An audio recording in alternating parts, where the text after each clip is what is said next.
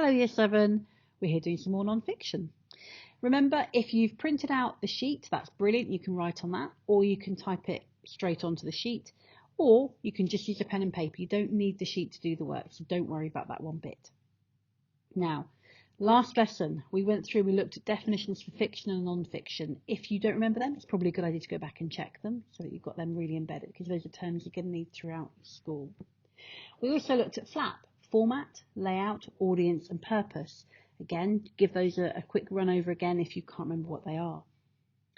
So let's move on to today's lesson. First of all, look back at your EBI from last lesson, or even better if from last lesson. How can you make sure you improve today? So if it was about presentation, how can you make that easier for you to read and come back to another day? If it's about getting all the work done, how can you help yourself do that? So look back at your EBI. Pause it here so you've got time to do that. Now look at the definition below and write it onto the worksheet. So there's a space on the worksheet for this. So present it in any way you find easy to understand. So you can use your own words, you can bullet point, or you can copy. So we're looking at literary non-fiction, which is slightly different from non-fiction. It's kind of a subcategory to it.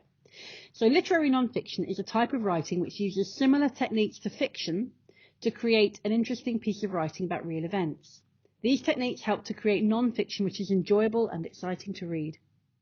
Some travel writing, autobiographies or essays that consider a particular viewpoint are key examples of literary non-fiction. Their main purpose is to entertain while they inform about factual events or information. So make sure you've got that down in some form on your sheet. So on your sheet, list as many types of literary non-fiction as you can. You might find it helpful to look at the non-fiction list from last lesson. Some of those will be literary non-fiction. Remember to refer to your definition and look at the pictures below on this slide if you're struggling for ideas. So what's here and what could this show us? What could you write down as literary non-fiction? And how many did you come up with then? So check them off against the list down here on the slide. Add any that you're missing. So if there's any that are on here that you haven't got, put them on your list. If you've got anything extra, you can add it to the list as well. So we've got feature articles or reviews, essays, travel writing, recipe books, accounts of famous events, blogs, letters, sketches, which is normally a fact file profile that gives key information about a person, place or event, and autobiographies. That's where you write about yourself, or a biography where someone else writes about you. These texts can be written by sports people, politicians, celebrities, or people who aren't well known but have often done something quite interesting or noteworthy. Now I'm going to read you an example of literary non-fiction. Make sure you're reading along as I read. It can help you understand the sentence structure and any vocabulary that you're not familiar with. My first sight of England was on a foggy March night in 1973 when I arrived on the midnight ferry from Calais. For 20 minutes, the terminal area was aswarm with activity as cars and lorries poured forth. Customs people did their duties, and everyone made for the London road. Then abruptly, all was silence, and I wandered through sleeping, low-lit streets threaded with fog. Further along Marine Parade stood a shelter, open to the elements but roofed, and I decided that this was as good as I was going to get. With my backpack for a pillow, I lay down and drew my jacket tight around me. The bench was slatted and hard and studded with big round-headed bolts that made reclining in comfort an impossibility, doubtless their intention. I lay for a long time listening to the sea washing over the shingle below, and eventually dropped off to a long, cold night of mumbled dreams. I woke with a gasp around 3, stiff all over and quivering from cold. The fog had gone. The air was now still and clear, and the sky was bright with stars. A beacon from the lighthouse at the far end of the breakwater slept endlessly over the sea. It was almost fetching, but I was far too cold to appreciate it. I dug shiveringly through my backpack and extracted every potentially warming item I could find.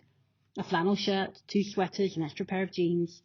I used some woolen socks as mittens and put a pair of flannel boxer shorts on my head as a kind of desperate head warmer, then sank heavily back into the bench and waited patiently for death's ...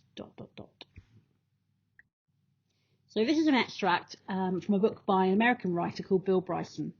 He arrived in England as a young man for the first time in 1973, and this is a part of his account of that first visit. So, did you enjoy the extract? If so, why? Was it well written? Give 3 examples of interesting language or interesting use of language. Would you continue reading this? Yes or no? Why or why not? Give me some reasons why or why not. And what genre of non-fiction writing do you think this fits into? So go back to our list from earlier on from slide 3 and have a look. Now, in purple pen or any colour you've got handy, complete these tasks. So first of all, write one what went well. So list one thing you've done or learnt today. For example, I can explain the difference between non-fiction and literary non-fiction, or I correctly identified a language device. And then one even better if. So one thing you could have done better. For example, I could have summarised my notes more effectively, or I could have taken care with my presentation. And then give yourself a little test. Can you define non-fiction? And can you define literary non-fiction? If you can't, go back and have another look at the definitions. And I will see you next week.